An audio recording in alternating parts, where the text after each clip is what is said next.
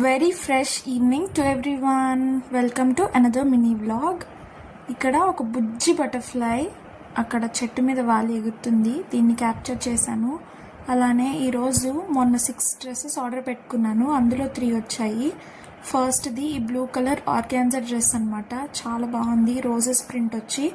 ఈ సెకండ్దేమో ఒక ఫ్రాక్ టాప్లా కూడా ఉంది. దాని మీద ఫ్రూట్స్ అండ్ ఫ్లవర్స్, ఎస్పెషల్గా పొమోగ్రానేట్ వచ్చింది. సో క్యూట్ కదా.